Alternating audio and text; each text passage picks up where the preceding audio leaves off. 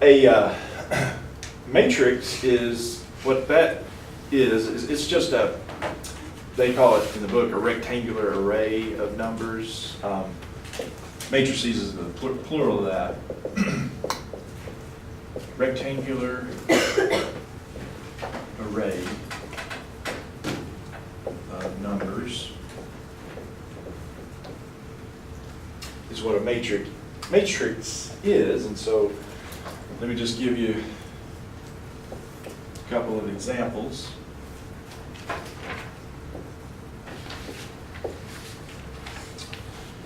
Yeah, so here we have 2 rows, 3 columns,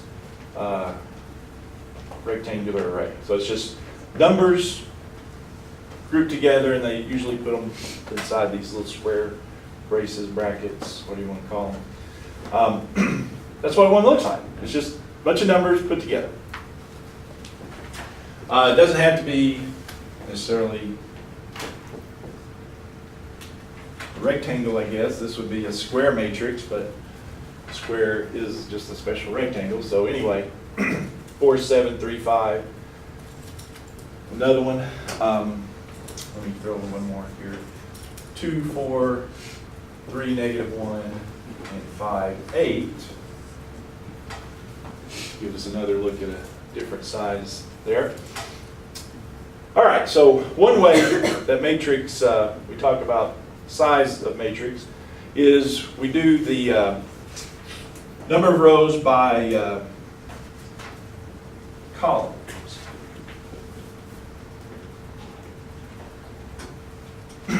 The rows by columns can tell us the size of this matrix. So we've got 2 rows here and then 3 columns. So this is a 2 by 3 matrix. What's this one?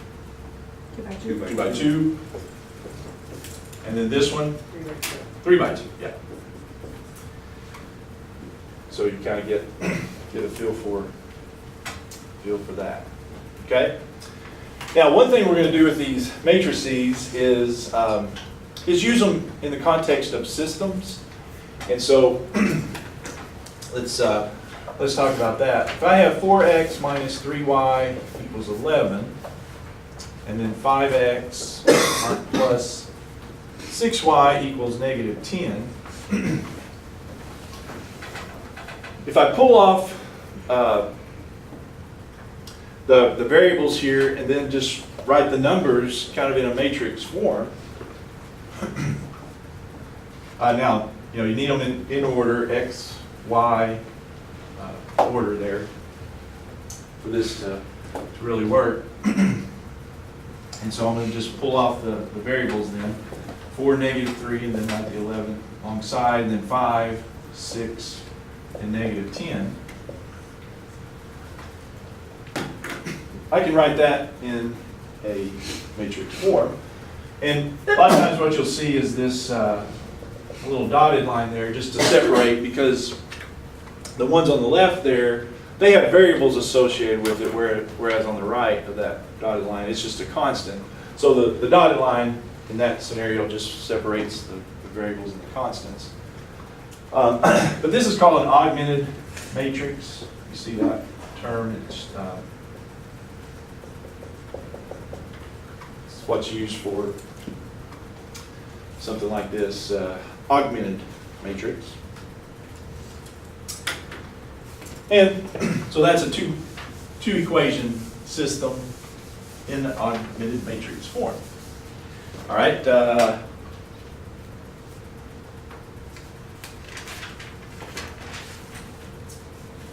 1,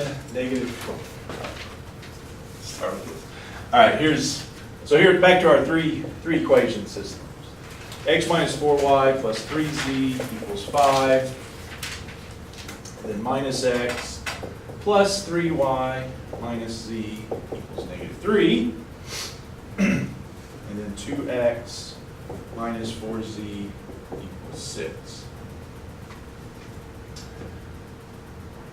So let's write that as an augmented matrix.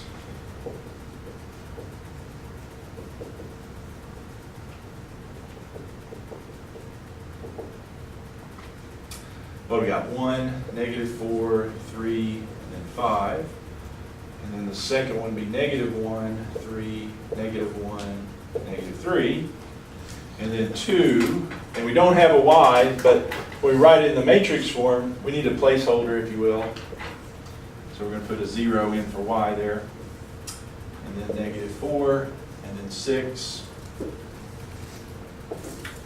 And then throw in a little dotted line there, just to separate those, to distinguish. It's augmented matrix. Okay? All right, now.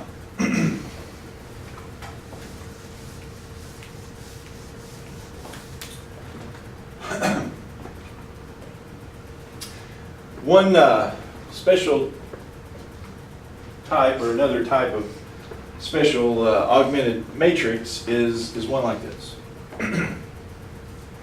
1, 3, 2, and 0, 1, 7.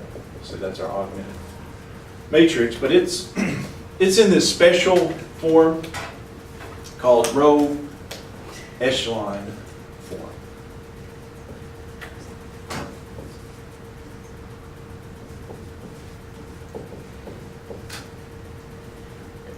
This is in row echelon form, and here's why. You can see that the first one starts with 1 in the upper left corner. All right, then the one below it has a 0 below the 1, and then the first one that has a non-zero value, let's put it that way, is also a 1.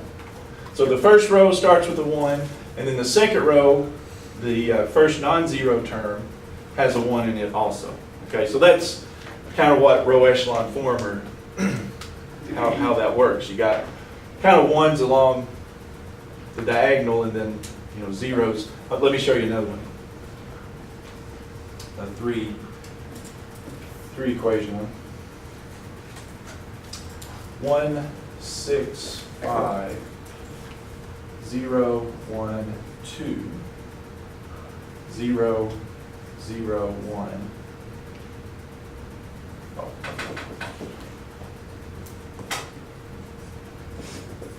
All right. So 1, 6, 5, and then -4, 0, 1, 2, 5, and then 0, 0, 1, and then 7 over there. This is also row echelon form, because notice, like I said, along this kind of diagonal, think of it, we've got the 1s, and then below that diagonal you got zeros. So that's what we're looking for when we say row echelon form. Okay. First one starts with 1, and the ones before the 1s are 0. So that's the idea. Now, what's good about the row echelon form in these augmented matrices is that when you get it in row echelon form, it's real easy to solve the system. Because notice here, what are the equations here? It would be 1x plus 3y equals 2, and then 0x plus 1y equals 7. Well, if I've got it in that form, I've got this thing solved, don't I? Because I've got the y is 7. All I have to do is go back and back substitute.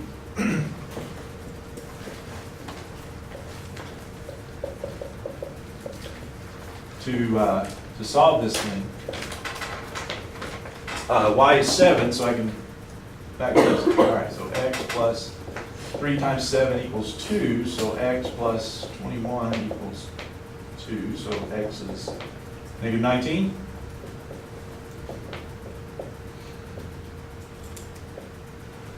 Yes? So -19, 7 is this solution to the system.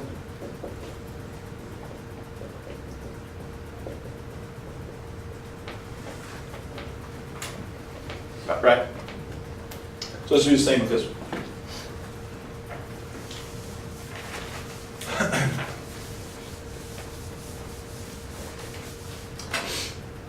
So let's write that back in system form. And then back substitute to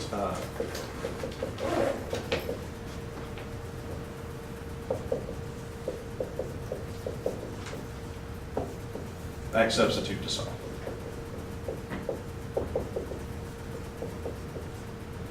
All right, so we've got x plus 6y plus 5z equals -4. Had the z in there. Then the second one would be y plus 2z equals 5. And then the third one would be, well, the x and y are 0, so it'd just be z equals 7. So we got one of the variables, but we can back substitute and get the other variables, can't we? Because the second equation now, I've got the z as 7, so that would be y plus 2 times 7 equals 5, so that tells me the value, I can get the value for the y. -9? Well, now I have the z and the y, and so can I plug those into the first one? So the y is -9 and the z is 7 there. So I plug those into the first equation. I've got x, what, minus 54 plus 35 equals -4, which is x minus 19 equals -4. So it looks like x is 15. Yeah. You got that? All right. So you've got 15, -9, and 7. That would be the solution to this system or whatever system it's linked to. Okay? Is that all right? Okay.